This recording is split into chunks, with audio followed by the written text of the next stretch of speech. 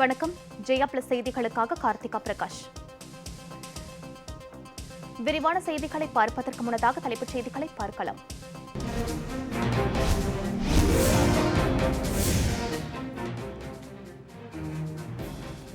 Corona பரிசோதனைக்கு சென்றாலே குடும்பத்தோடு தனிமைப்படுத்துதலா? மக்களை வீதியில் ஆழ்த்தும் உத்தரவுகளை தவிர்க்க டிடிவி தினகரன் வலியுறுத்தல்.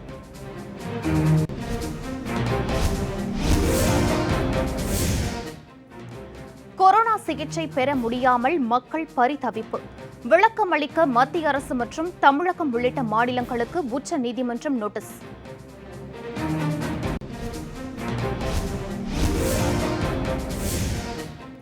டெல்லியில் கொரோனாவிற்கு அளிக்கப்பட்ட சிகிச்சை குறித்து உச்ச நீதிமன்றம் கடும் கண்டனம். விலங்குகளை விட மக்களின் நிலை மோசமாக உள்ளதென வருத்தம்.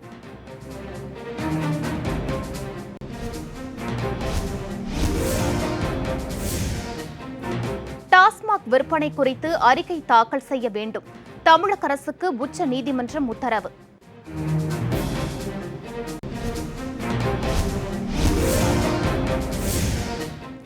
ஆன்லைன் வகுப்பிற்காக கட்டணம் வசூலிக்க கூடாது.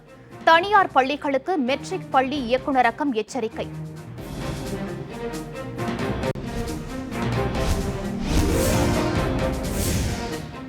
தமிழக சுகாதாரத்துறை செயலாளர் பீலா ராஜேஷ் திடீர் இடமாற்றம். மீண்டும் ராதாகிருஷ்ணன் நியமனம்.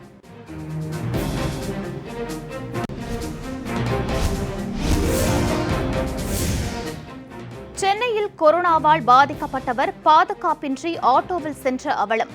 நோய் எளிதில் தொற்றும் என பொதுமக்கள் அச்சம்.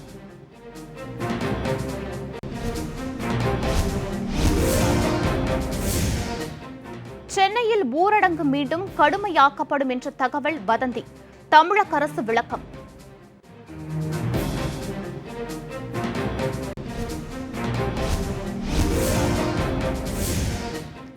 குறுவை சாகுபடிக்காக மேட்டூர் அணையில் இருந்து தண்ணீர் திறப்பு. முதற்கட்டமாக வினாடிக்கு 2000 கன அடி தண்ணீர் திறக்கப்பட்டது.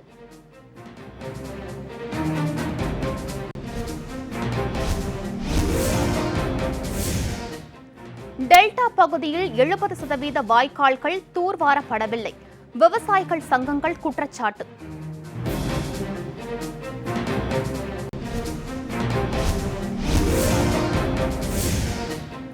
தொடர்ந்து உயர்கிறது பெட்ரோல் டீசல் விலை. சென்னையில் இன்று பெட்ரோல் விலை லிட்டருக்கு மேலும் 51 காசுகள் அதிகரிப்பு.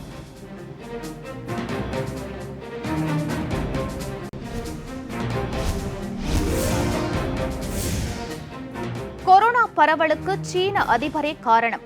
பீகார் நீதிமன்றத்தில் வழக்கு.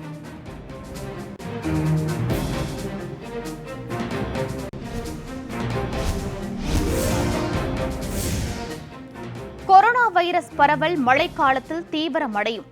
மும்பை ஐஐடி எச்சரிக்கை.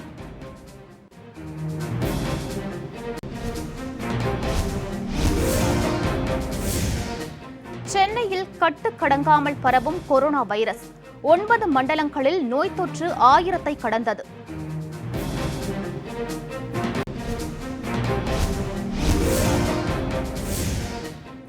தமிழகத்தில் ஊரடங்கை மீறிய புகார். 11 கோடியே 89 லட்சம் ரூபாய் அபராதம் வசூல்.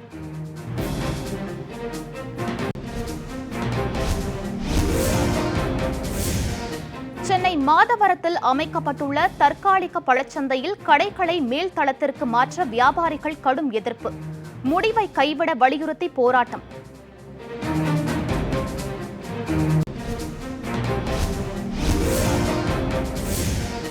கிருஷ்ணகிரி, ஈரோடு மாவட்டங்களில் அட்டகாசம் செய்யும் யானை கூட்டம். மக்கள் அச்சம்.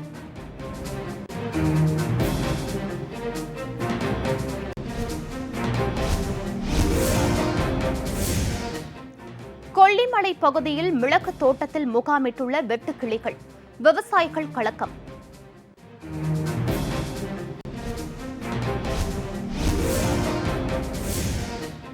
கோவை, நீலகிரி, திண்டுக்கல் மாவட்டங்களில் மழைக்கு வாய்ப்பு. சென்னை வானிலை ஆய்வு மையம் தகவல்.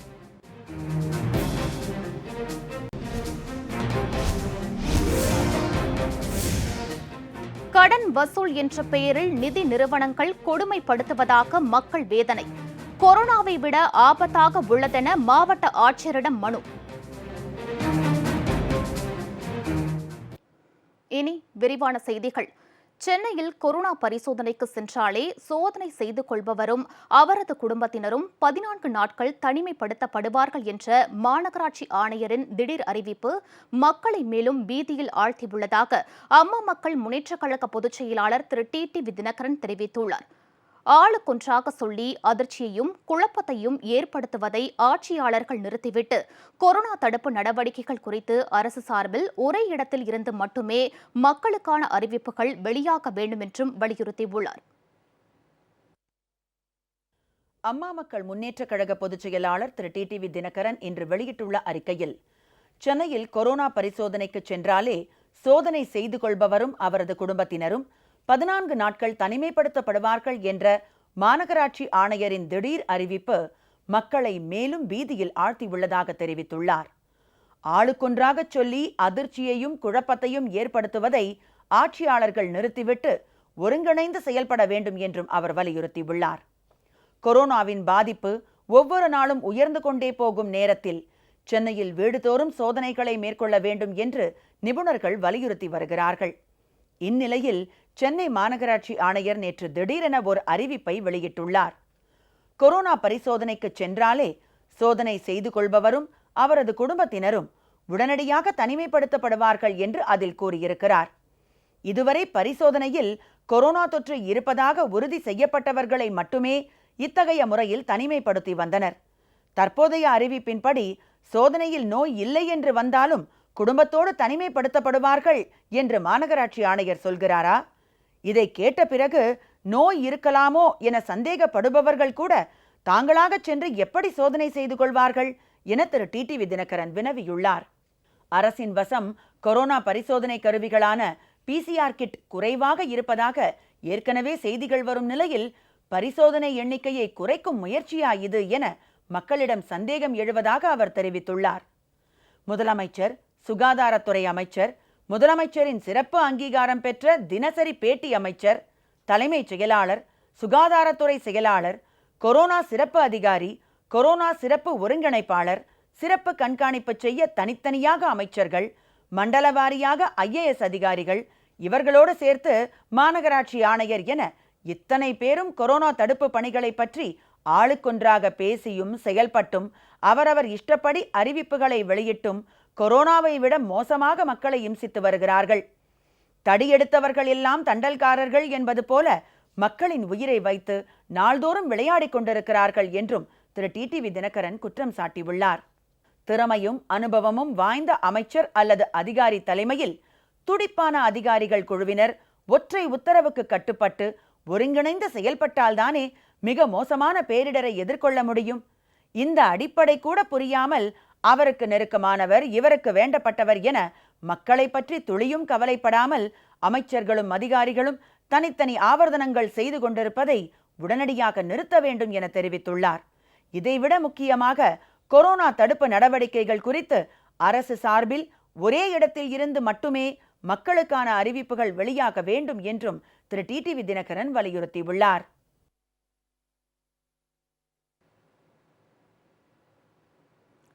தமிழக சுகாதாரத்துறை செயலாளராக இருந்த டாக்டர் பீலா ராஜேஷ் பணியிட மாற்றம் செய்யப்பட்டு புதிய செயலாளராக டாக்டர் ராதாகிருஷ்ணன் நியமனம் செய்யப்பட்டுள்ளார். தமிழக அரசு வெளியிட்டுள்ள அறிவிப்பில் மாநில சுகாதாரத்துறை செயலாளர் டாக்டர் பீலா ராஜேஷ் வணிக வரித்துறை செயலாளராக பணியிட மாற்றம் செய்யப்படுவதாகவும், வருவாய் நிர்வாக ஆணையராக உள்ள டாக்டர் ஜே ராதாகிருஷ்ணன் சுகாதாரத்துறை செயலாளராக நியமனம் செய்யப்படுவதாகவும், இவர் வருவாய் நிர்வாக ஆணையர் பொறுப்பையும் கூடுதலாக கவனிப்பார் என்றும் தெரிவிக்கப்பட்டுள்ளது. கொரோனா தடுப்பு சிறப்பு அதிகாரியாக உள்ள டாக்டர் ஜே ராதாகிருஷ்ணன் மீண்டும் சுகாதாரத்துறை செயலாளராக நியமிக்கப்பட்டுள்ளார். ஏற்கனவே கடந்த 2012ஆம் ஆண்டு முதல் 2019ஆம் ஆண்டு வரை சுகாதாரத்துறை செயலாளராக டாக்டர் ஜே ராதாகிருஷ்ணன் பணியாற்றியுள்ளார் என்பது குறிப்பிடத்தக்கது. தமிழகத்தில் கொரோனா பாதிப்பு நாளுக்கு நாள் அதிகரித்து வருவதால் சுகாதாரத்துறை செயலாளர் மாற்றம் செய்யப்பட்டுள்ளதாக தகவல்கள் வெளியாகியுள்ளன. குறுவை சாகுபடிக்காக மேட்டூர் அணையில் இருந்து இன்று தண்ணீர் திறக்கப்பட்டது. மேட்டூர் அணையில் இருந்து இன்று குறுவை பாசனத்திற்காக தண்ணீர் திறக்கப்பட்டது. முதற்கட்டமாக வினாடிக்கு 2000 கன அடி தண்ணீர் திறக்கப்பட்டுள்ளது. இதற்காக ஏற்பாடு செய்யப்பட்டிருந்த நிகழ்ச்சியில் முதலமைச்சர், அமைச்சர்கள், அதிகாரிகள் கலந்து கொண்டனர். மேட்டூர் அணையில் இருந்து இன்று திறக்கப்பட்ட தண்ணீர் நாளை மாலை கல்லணையை வந்தடையும் என எதிர்பார்க்கப்படுகிறது. அங்கிருந்து டெல்டா மாவட்டங்களுக்கு வாய்க்கால்கள் மூலம் தண்ணீர் பகிர்ந்தளிக்கப்படும். இதன் மூலம் 5.22 லட்சம் ஏக்கர் நிலங்கள் பாசன வசதி பெறும்.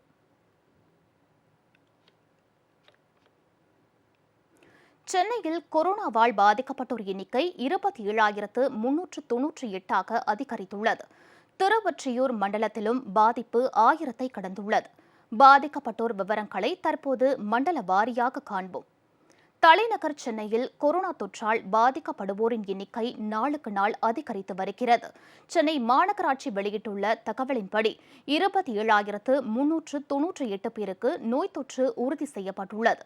மருத்துவமனைகளில் 13,012 பேர் சிகிச்சை பெற்று வருவதாகவும் 13,698 பேர் சிகிச்சை முடிந்து வீடு திரும்பியுள்ளதாகவும் 275 பேர் உயிரிழந்துள்ளதாகவும் தெரிவிக்கப்பட்டுள்ளது. அதிகபட்சமாக ராயபுரம் மண்டலத்தில் 4,584 பேர் கொரோனாவால் பாதிக்கப்பட்டுள்ளனர். தண்டையார்பேட்டையில் 3,584 பேரும், தேனாம்பேட்டையில் 3,291 பேரும், கோடம்பாக்கத்தில் 2,966 பேரும், அண்ணா நகரில் 2,571 பேரும், திருவிக நகரில் 2,550 பேரும் கொரோனா வைரஸால் பாதிக்கப்பட்டுள்ளனர்.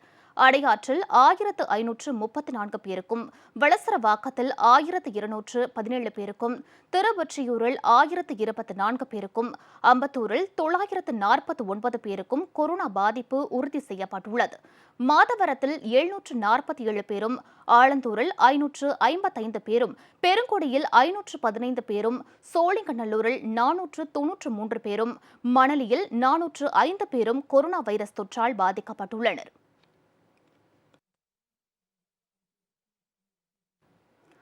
தமிழகத்தில் ஊரடங்கை மீறியதாக இதுவரை 11,89,48,799 ரூபாய் அபராதம் வசூலிக்கப்பட்டுள்ளதாக தமிழக காவல்துறை தெரிவித்துள்ளது. தமிழக காவல்துறை வெளியிட்டுள்ள செய்திக்குறிப்பில் ஊரடங்கை மீறியதாக 6,20,921 பேர் கைது செய்யப்பட்டு ஜாமீனில் விடுவிக்கப்பட்டுள்ளதாகவும் 5,75,625 வழக்குகள் பதிவு செய்யப்பட்டுள்ளதாகவும் 4,63,817 வாகனங்கள் பறிமுதல் செய்யப்பட்டுள்ளதாகவும் தெரிவிக்கப்பட்டுள்ளது. ஊரடங்கை மீறியதாக 11,89,48,799 ரூபாய் அபராதம் வசூலிக்கப்பட்டுள்ளதாகவும் கூறப்பட்டுள்ளது. கொரோனா பரவலுக்கு காரணம் என்று கூறி சீன அதிபர் ஜி ஜின்பிங் மீது பீகார் நீதிமன்றத்தில் வழக்கு தாக்கல் செய்யப்பட்டுள்ளது. பீகார் மாநிலம் சம்பரான் மாவட்டத்தில் உள்ள முதன்மை குற்றவியல் நீதிமன்றத்தில் வழக்கறிஞர் முராத் அலி என்பவர் இந்த வழக்கை தாக்கல் செய்துள்ளார். அதில் கொரோனா தொற்றை உலகம் முழுவதும் பரப்பியதாக சீன அதிபர் ஜி ஜின்பிங் மீதும் அதன் பரவல் குறித்த தகவலை உலகிற்கு தெரியாமல் மறைத்ததாக உலக சுகாதார அமைப்பின் இயக்குநர் கிப்ரேஷியஸ் மீதும் புகார் அளித்துள்ளார். தனது புகாருக்கு சாட்சியாக அமெரிக்க அதிபர் டொனால்டு டிரம்பை அவர் சேர்த்துள்ளார். இந்த வழக்கு வரும் 16ஆம் தேதி விசாரணைக்கு வரவுள்ளது. கொரோனா வைரஸ் பரவல் மழைக்காலத்தில் தீவிரமடையும் என்று மும்பை ஐஐடி எச்சரிக்கை விடுத்துள்ளது. மகாராஷ்டிர மாநிலம் மும்பை ஐஐடியைச் சேர்ந்த பேராசிரியர்கள் அமித் அகர்வால், ரஜனீஷ் பரத்வாஜ் ஆகியோர் இணைந்து கொரோனா பரவுதல் குறித்து ஆய்வு நடத்தி வருகின்றனர். இந்த ஆய்வு முடிவில் கோடை காலங்களில் கொரோனா பரவுதல் குறைவாக இருக்கும் எனவும் மழைக்காலங்களில் கொரோனா பரவுதல் தீவிரமாக இருக்கும் எனவும் தெரியவந்துள்ளது. இதுகுறித்து வெளியிடப்பட்டுள்ள ஆய்வறிக்கையில் கொரோனாவால் பாதிக்கப்பட்ட மனிதர் தும்மும் போதும் இருமும் போதும் வெளிவரும் துளிகள் வெப்பம் அதிகமாக உள்ள நேரத்தில் விரைவில் காய்ந்துவிடும் என்றும், ஆனால் மழைக்காலங்களில் துளிகள் காய அதிக நேரமாவதோடு வைரஸ் அதிக நேரம் உயிருடன் இருப்பதால் பரவுதல் மிகவும் தீவிரமாக இருக்கும் என்றும் எச்சரிக்கப்பட்டுள்ளது. இதுவரை பருவ காலத்துக்கும் கொரோனா பரவுதலுக்கும் தொடர்பு உள்ளதாக எந்த ஆய்வும் தெரிவிக்கப்படவில்லை என்பது குறிப்பிடத்தக்கது. ராஜஸ்தான் மாநிலத்தில் பாஜக என்ன செய்தாலும் காங்கிரஸ் ஆட்சியை கவிழ்க்க முடியாது என்றும், மாநிலங்களவைத் தேர்தலில் காங்கிரஸ் வேட்பாளர்கள் வெற்றி பெறுவார்கள் என்றும் அம்மாநில முதலமைச்சர் திரு அசோக் கெலாட் தெரிவித்துள்ளார். மாநிலங்களவை தேர்தல் வரும் 19ஆம் தேதி நடைபெறும் என்று அறிவிக்கப்பட்டுள்ளது. இந்நிலையில் பல்வேறு மாநிலங்களில் காங்கிரஸ் எம்எல்ஏக்களை விலைக்கு வாங்க பாஜக குதிரை பேரம் நடத்தி வருவதாக காங்கிரஸ் கட்சி குற்றம் சாட்டியுள்ளது. குஜராத்தில் 6 காங்கிரஸ் எம்எல்ஏக்கள் தங்களது பதவிகளை ராஜினாமா செய்தனர். இதேபோல் ராஜஸ்தானிலும் பாஜக குதிரை பேரத்தில் ஈடுபட்டு வருவதாக அம்மாநில முதலமைச்சர் திரு அசோக் கெலாட் குற்றம் சாட்டியுள்ளார். இது தொடர்பாக ஜெய்ப்பூரில் செய்தியாளர்களிடம் பேசிய முதலமைச்சர் திரு அசோக் கெலாட், ராஜஸ்தானில் என்ன செய்தாலும் பாஜகவால் காங்கிரஸ் ஆட்சியை கவிழ்க்க முடியாது என்றும், மாநிலங்களவை தேர்தலில் காங்கிரஸ் வேட்பாளர்கள் நிச்சயம் வெற்றி பெறுவார்கள் என்றும் கூறினார்.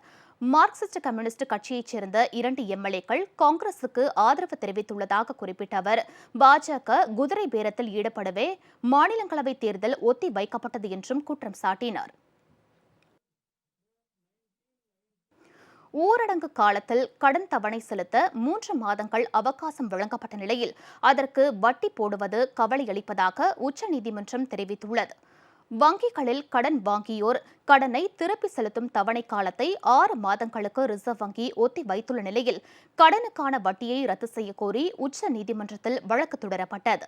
இந்த வழக்கு உச்சநீதிமன்றத்தில் இன்று விசாரணைக்கு வந்தது. அப்போது வங்கிகள் சார்பில் ஆஜரான வழக்கறிஞர், கடன் தவணை காலத்தில் செலுத்திய வேண்டிய தொகைக்கு வட்டி விதிப்பது தவிர்க்க முடியாதது என கூறினார். கடன் தவணை விவகாரத்தில் 3 மாதங்களுக்கு ஒத்திவைக்கப்பட்ட வட்டி பின்னர் செலுத்த வேண்டிய கட்டணத்தில் சேர்க்கப்படுமா அல்லது வட்டிக்கு வட்டி வசூலிக்கப்படுமா என கவலைப்படுவதாக உச்சநீதிமன்ற நீதிபதிகள் தெரிவித்தனர். ஊரடங்கு காலத்தில் கடன் தவணைக்கு கூடுதல் வட்டி விதிப்பது கவலையளிக்கிறது. வட்டிக்கு வட்டி போடுவது மக்களுக்கு கூடுதல் சுமையை ஏற்படுத்தி விடாதா என்றும் நீதிபதிகள் கேள்வி எழுப்பினர். அடுத்த 3 நாட்களுக்குள் 3 மாதங்கள் ஒத்தி வைக்கப்பட்ட கடன் தவணைக்கு வங்கிகள் வட்டி வசூலிக்கலாமா அல்லது வேண்டாமா என்பது குறித்து மத்திய அரசும் ரிசர்வ் வங்கியும் ஆலோசித்து முடிவு எடுக்க வேண்டும். இது குறித்த விவரத்தை வரும் 17ஆம் தேதிக்குள் தாக்கல் செய்ய உத்தரவிட்டு நீதிபதிகள் வழக்கை ஒத்தி வைத்தனர். 2 ரூபாயில் கொரோனா நோய்க்கான மருந்து கண்டுபிடித்துள்ளதாக கூறி கிருஷ்ணகிரி மருத்துவர் அளித்த மனுவை பரிசீலித்து விரைந்து தகுந்த உத்தரவு பிறப்பிக்கும்படி இந்திய மருத்துவ ஆராய்ச்சி கவுன்சிலுக்கு சென்னை உயர்நீதிமன்றம் உத்தரவிட்டுள்ளது. கிருஷ்ணகிரி மாவட்டம் ஊத்தங்கரையைச் சேர்ந்த மருத்துவர் வசந்தகுமார் என்பவர் கொரோனாவுக்கு மருந்து கண்டுபிடித்துள்ளதாகவும் அது குறித்த ஆராய்ச்சி கட்டுரைகளுடன் இந்திய மருத்துவ ஆராய்ச்சி கவுன்சிலுக்கு மனு அனுப்பியிருந்தார். இந்த மனு மீது எந்த உத்தரவும் பிறப்பிக்கப்படாததை அடுத்து தனது மனுவை பரிசீலித்து தகுந்த உத்தரவு பிறப்பிக்கும்படி மத்திய அரசுக்கும் இந்திய மருத்துவ ஆராய்ச்சி கவுன்சிலுக்கும் உத்தரவிடக் கோரி சென்னை உயர்நீதிமன்றத்தில் வழக்கு தொடர்ந்தார். இந்த மனு நீதிபதிகள் திரு வினித் கோத்தாரி மற்றும் சுரேஷ்குமார் அடங்கிய அமர்வு முன்பு விசாரணைக்கு வந்தது. அப்போது மருத்துவர் வசந்தகுமார் தரப்பில் ஆஜரான வழக்கறிஞர், மனுதாரர் கண்டுபிடித்துள்ள பீட்டா ஆர்ட்ரெனர்ஜிக் பிளாக்கர்ஸ் மருந்து சார்ஸ் மற்றும் கொரோனா வைரஸ் உடலில் உள்ள செல்களில் நுழைய விடாமல் தடுக்கும் என கூறினார். வாதங்களை கேட்டறிந்த நீதிபதிகள் மருத்துவர் வசந்தகுமார் கண்டுபிடித்துள்ள கொரோனா எதிர்ப்பு மருந்தை பரிசோதனை செய்து விரைந்து தகுந்த உத்தரவு பிறப்பிக்கும்படி இந்திய மருத்துவ ஆராய்ச்சி கவுன்சிலுக்கு உத்தரவிட்டனர். கோவிட்-19 பிரச்சனையோட தீவிரம் கருதி பொதுமக்கள் நன்மைக்காக கோர்ட்டில் வழக்கு தொடுத்திருந்தோம். Advocates mister Arvind and Nithya எனக்காக ஆஜராகியிருந்தாங்க. அப்போ ஐசிஎம்ஆருக்கு கிளினிக்கல் ட்ரையல் இந்த பீட்டா ஆட்ரெனர்ஜிக் பிளாக்கர்ஸ் கோவிட்-19 பேஷண்ட்டில் செயல்படுத்தணும்னு கோரியிருந்தோம். அதுக்கு ஐசிஎம்ஆர் விரைந்து நடவடிக்கை எடுக்க சொல்லி கோர்ட் உத்தரவிட்டிருக்காங்க. இப்போ நம்ம பீட்டா ஆட்ரெனர்ஜிக் பிளாக்கர்ஸ் சொல்லியிருக்கிற மாதிரி அமெரிக்காவில் ஜான் ஹாப்கின்ஸ் யூனிவர்சிட்டியில் ஆல்ஃபா அட்ரெனர்ஜிக் பிளாக்கர்ஸ் இதோட க்ளோஸ் குரூப் ஒன்று, அந்த பேஷண்ட்ஸ்க்கு ஆல்ரெடி கிளினிக்கல் ட்ரையல் கொடுக்க ஆரம்பிச்சிருக்கிறாங்க. நம்ம ஐசிஎம்ஆரும் இதுக்கு ஒரு விரைந்த தீர்வு சொன்னால் ரொம்ப நல்லா இருக்கும். குறுவை பாசனத்திற்கு முறை வைக்காமல் தண்ணீர் திறந்துவிட வேண்டும் என்று தமிழக அரசுக்கு டெல்டா விவசாயிகள் கோரிக்கை விடுத்துள்ளனர். குறுவை சாகுபடிக்காக தஞ்சை, நாகை உள்ளிட்ட டெல்டா மாவட்டங்களுக்கு மேட்டூர் அணையில் இருந்து இன்று தண்ணீர் திறக்கப்பட்டுள்ளது. இதற்கு வரவேற்பு தெரிவித்துள்ள விவசாயிகள், திறக்கப்பட்ட தண்ணீர் கடைமடை வரை செல்வதற்கு போர்க்கால அடிப்படையில் தூர்வாரும் பணிகளை தமிழக அரசு முடக்கிவிட வேண்டும், குறுவை பாசனத்திற்கு முறை வைக்காமல் தண்ணீர் திறந்துவிட வேண்டும் என்றும் தமிழக அரசுக்கு கோரிக்கை விடுத்துள்ளனர். கஜா புயல்னாலையும் கோவிட்-19னாலையும் விவசாயிகள் பெரிய அளவில் பாதிக்கப்பட்டிருக்கான். அதனால் கூட்டுறவு வங்கியில் முழுமையாக கடன் கொடுக்கணும். அது இல்லாமல் உரம், வேளாண்மை துறையில் உரமும் விதை நெல்லும் இருப்பு வைக்கணும். கடமடை வரலையும் தண்ணி போய் சேர்கிறதுக்கு, தூர்வாரும் பணியை முழுமையாக சென்றடைகிறதுக்கு சரியான நடவடிக்கை எடுக்குங்கிறத நாங்கள் தமிழக அரசை கேட்டுக்கிறோம். விவசாயிகளுக்கு கடைமடை வரை இந்த தண்ணீர் செல்வதற்காக அரசு முறை வைத்து தண்ணீர் விடாமல் கடைசி வரை தண்ணீர் செல்வதற்கான உரிய ஏற்பாடுகளை செய்ய வேண்டும். குடிமராமத்து பணி அங்கொன்றும் இங்கொன்றுமாக தொய்வு ஏற்பட்டாலும் கூட சிறப்பாக செயல்பட்டு கொண்டிருக்கின்றார்கள். விவசாயிகளுக்கு தேவையான வங்கி கடன்களை கூட்டுறவு வங்கிகள் மூலமாக விவசாயிகளுக்கு தங்குதடையின்றி கிடைக்க வேண்டும். உரம் சரியான முறையில் இருப்பு வைத்திருக்க வேண்டும். விவசாயிகளுக்கு என்னுடைய வாழ்வாதாரத்தை காப்பாற்றுகின்ற வகையிலே அரசு செயல்பட வேண்டும் என்று நான் கேட்டுக்கொள்கின்றேன். கிருஷ்ணகிரி மாவட்டத்தில் குடிபோதையில் இளைஞர் ஒருவர் துன்புறுத்தியதில் ஜல்லிக்கட்டு காளை படுகாயமடைந்து பரிதாபமாக உயிரிழந்தது. கிருஷ்ணகிரி மாவட்டம் பாப்பாரப்பட்டி பகுதியைச் சேர்ந்த கிராம நிர்வாக அலுவலர் திரு வெற்றிவேல் என்பவருக்கு சொந்தமான ஜல்லிக்கட்டு காளை ஒன்று அண்மையில் கொம்புகள் உடைந்த நிலையில் இறந்து கிடந்தது. பல்வேறு போட்டிகளில் பங்கேற்று ஏராளமான பரிசுகளை இந்த காளை வென்றுள்ளது. இந்நிலையில் காளை இறந்து கிடப்பதை அறிந்த திரு வெற்றிவேல் காளைக்கு இறுதி சடங்குகளை செய்து அடக்கம் செய்தார். இதற்கிடையே மது போதையில் இளைஞர் ஒருவர் அமைதியாக நின்ற காளையை துன்புறுத்தும் வீடியோ சமூக வலைதளங்களில் வெளியாகி வைரலாகியது. அந்த இளைஞர் மரத்தில் கட்டப்பட்டிருந்த காளையை சீண்டுவதும் அதனால் ஆக்ரோஷமடைந்த காளை மரத்தில் மோதி காயமடைவதும் வீடியோவில் பதிவாகியுள்ளது.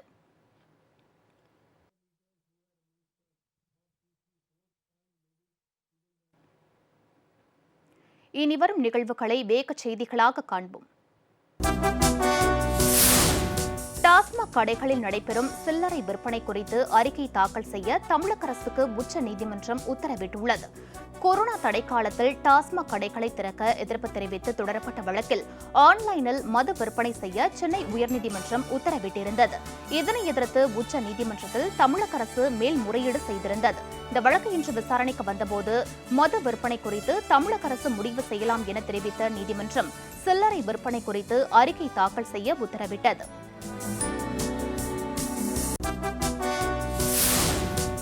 கொரோனா சிகிச்சை பெற முடியாமல் மக்கள் தவித்து வருவது குறித்து கண்டனம் தெரிவித்த உச்சநீதிமன்றம் மத்திய அரசு மற்றும் தமிழகம் உள்ளிட்ட 3 மாநிலங்களுக்கு இது தொடர்பாக நோட்டீஸ் அனுப்ப உத்தரவிட்டுள்ளனர். நாடு முழுவதும் கொரோனா வைரஸ் அசுர வேகத்தில் பரவி வரும் நிலையில் சிகிச்சைகள் பெற முடியாமல் மக்கள் சிரமப்பட்டு வருகின்றனர். இது தொடர்பாக உச்சநீதிமன்றம் தானாக முன்வந்து விசாரணை நடத்தியது. நீதிபதி திரு அசோக் பூஷன் தலைமையிலான அமர்வு முன்னிலையில் நடைபெற்ற விசாரணையின் போது கொரோனா சிகிச்சை தொடர்பாக அதிருப்தியை வெளியிட்ட நீதிபதிகள் கொரோனா நோயாளிகளுக்கு அளிக்கப்படும் சிகிச்சை தொடர்பாக மத்திய அரசு மற்றும் தமிழகம், மேற்கு வங்கம் உள்ளிட்ட மாநிலங்களுக்கு நோட்டீஸ் அனுப்ப உத்தரவிட்டுள்ளனர். மேலும் டெல்லியில் நடத்தப்படும் கொரோனா சிகிச்சை குறித்தும் அதிருப்தி தெரிவித்த நீதிபதிகள் விலங்குகளை விட மக்களின் நிலை பரிதாபமாக உள்ளதென தெரிவித்தனர். தனியார் பள்ளிகள் ஆன்லைன் வகுப்பிற்காக கட்டணம் வசூலித்தால் கடும் நடவடிக்கை எடுக்கப்படும் என மெட்ரிகுலேஷன் இயக்குநரகம் எச்சரிக்கை விடுத்துள்ளது. கொரோனா தடை உத்தரவு காரணமாக பள்ளிகளை திறக்க முடியாத நிலை உள்ளது. இதனால் ஆன்லைன் மூலம் வகுப்புகள் நடத்தப்பட்டு வருகின்றன. இந்த வகுப்புகளுக்கு கட்டணம் வசூலிக்கப்படுவதாக புகார் எழுந்தது. இந்நிலையில் ஆன்லைன் வகுப்புகளுக்கு கட்டணம் வசூலித்தால் கடும் நடவடிக்கை எடுக்கப்படும் என மெட்ரிகுலேஷன் பள்ளிகள் இயக்குநரகம் எச்சரிக்கை விடுத்துள்ளது.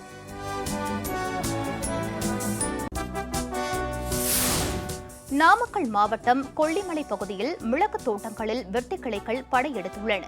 இந்தியாவின் ராஜஸ்தான் உள்ளிட்ட மாநிலங்களில் படையெடுத்த வெட்டுக்கிளிகள் பயிர்களை சேதப்படுத்தின. இந்த வகை வெட்டுக்கிளிகள் தமிழகத்திற்கு வர வாய்ப்பில்லை என அரசு அறிவித்திருந்தது. எனினும் சில பகுதிகளில் விளைநிலங்களில் வெட்டுக்கிளிகள் புகுந்து பயிர்களை சேதப்படுத்தி வருகின்றன.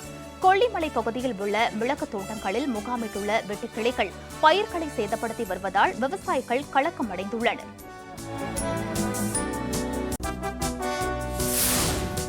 கிருஷ்ணகிரி மாவட்டம் கோத்தப்பள்ளி கிராமத்தில் யானை தாக்கி விவசாயி ஒருவர் படுகாயமடைந்தார். இம்மாவட்டத்தில் தேன்கனிக்கோட்டை பகுதியில் 3 பேரை கொன்ற ஒற்றை யானையை வனத்துறையினர் பிடித்து காட்டுக்குள் கொண்டுவிட்டனர். இந்நிலையில் அப்பகுதியில் சுற்றித் திரியும் மற்றொரு யானை விவசாயி ஒருவரை தாக்கியதில் அவர் படுகாயமடைந்தார். அவரை உறவினர்கள் மீட்டு மருத்துவமனையில் சேர்த்தனர். சென்னையில் தொடர்ந்து 6வது நாளாக இன்றும் பெட்ரோல், டீசல் விலை உயர்ந்துள்ளது. ஒரு மாதத்திற்கு பிறகு பெட்ரோல் டீசல் விலை தொடர்ந்து அதிகரித்து வருகிறது. இந்நிலையில் இன்று பெட்ரோல் 51 காசுகள் உயர்ந்து லிட்டருக்கு 78 ரூபாய் 47 காசுக்கு விற்கப்படுகிறது. டீசல் 50 காசுகள் உயர்ந்து லிட்டருக்கு 71 ரூபாய் 14 காசுக்கு விநியோகிக்கப்படுகிறது. ஈரோடு மாவட்டம் தாளவாடி மலைப்பகுதியில் கடந்த சில நாட்களாக பெய்து வரும் தொடர் மழையால் குட்டைகளில் நீர் நிரம்பி காணப்படும் நிலையில் யானைகள் கூட்டமாக ஆனந்த குளியலில் ஈடுபட்டுள்ளன. தாளவாடி வனப்பகுதியில் கடந்த சில நாட்களாக வறட்சி நிலவி வந்ததால் குட்டைகள் நீர் இன்றி காணப்பட்டதால் தண்ணீருக்காக யானைக்குள் ஊருக்குள் புகுந்து உலாவி வந்தன. இதனிடையே கடந்த சில நாட்களாக சத்தியமங்கலம் புலிகள் காப்பக பகுதியில் பரவலாக கனமழை பெய்து வருகிறது. இந்நிலையில் வறட்சியாக காணப்பட்ட குட்டைகளில் தற்போது நீர் நிரம்பி உள்ளது. இதனால் யானைகள் கூட்டமாக வனசாலை ஓரம் உள்ள குட்டைகளில் தண்ணீர் குடித்துவிட்டு ஆனந்த குளியலிட்டு மகிழ்கின்றன.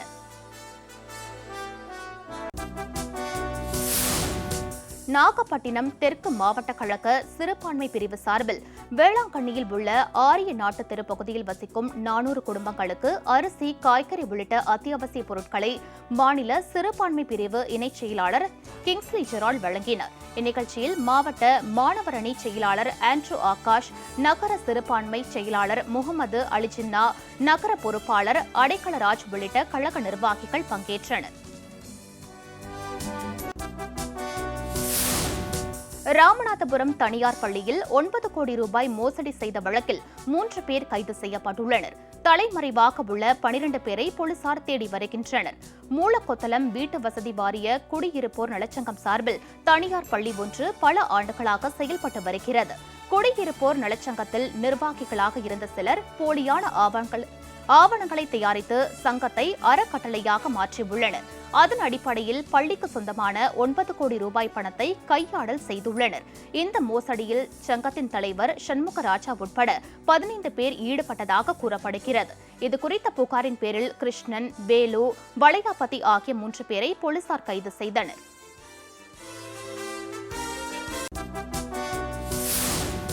சென்னை உள்ளிட்ட மாவட்டங்களில் ஊரடங்கு கடுமையாக்கப்படும் என்ற செய்தி வதந்தி என்று முதலமைச்சர் திரு எடப்பாடி கே பழனிசாமி தெரிவித்துள்ளார்.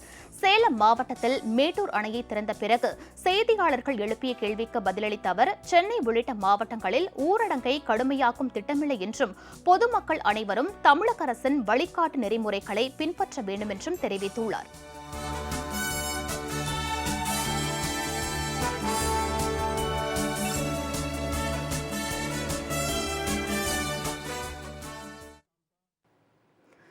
திருச்சி சமயபுரம் மாரியம்மன் கோவில் அருகே இருவருக்கு கொரோனா தொற்று உறுதி செய்யப்பட்ட நிலையில் எந்தவித தடுப்பு நடவடிக்கைகளும் மேற்கொள்ளப்படவில்லை என்று பொதுமக்கள் குற்றம் சாட்டியுள்ளனர்.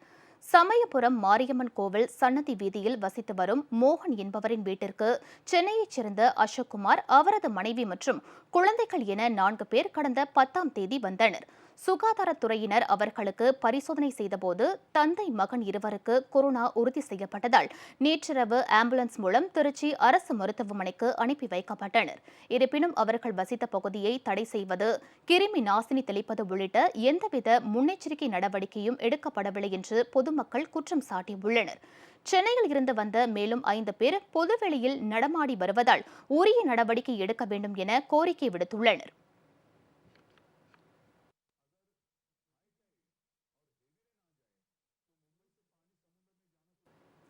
இந்தியாவில் ஊரடங்கு தளர்வுக்கு பின் 74% பேர் சொந்தமாக கார் வாங்க முடிவு செய்துள்ளதாக ஆய்வில் தெரியவந்துள்ளது. இது தொடர்பாக 1000க்கும் மேற்பட்டோருடன் நடத்தப்பட்ட ஆய்வில் தேசிய அளவிலான ஊரடங்கை நீக்கியதை அடுத்து 74% பேர் தாங்கள் சொந்தமாக கார் வாங்க முடிவு செய்துள்ளதாக தெரிவிக்கப்பட்டுள்ளது. இதில் முதல் முறையாக 57% பேர் சொந்தமாக கார் வாங்க விரும்புவதாகவும், அதே நேரத்தில் தற்போதுள்ள 57% கார் உரிமையாளர்கள் தங்களது காரை மேம்படுத்திக் கொள்ள விரும்புவதாகவும் தெரிவித்துள்ளனர். மேலும் இந்த ஆய்வில் 26% பேர் ஊரடங்கால் ஏற்பட்டுள்ள பொருளாதார இழப்பு காரணமாக வாகனம் வாங்குவதை தள்ளி வைத்துள்ளதாக கூறியுள்ளனர். பொருளாதார நிச்சயமற்ற தன்மையை தவிர மெட்ரோ நகரங்களில் உள்ள பெரும்பான்மையான இந்தியர்கள் தேசிய ஊரடங்குக்கு பின் வாகனங்களை வாங்குவதற்கு முன்னுரிமை அளித்து வருவதாக அந்த ஆய்வு முடிவில் தெரிவிக்கப்பட்டுள்ளது.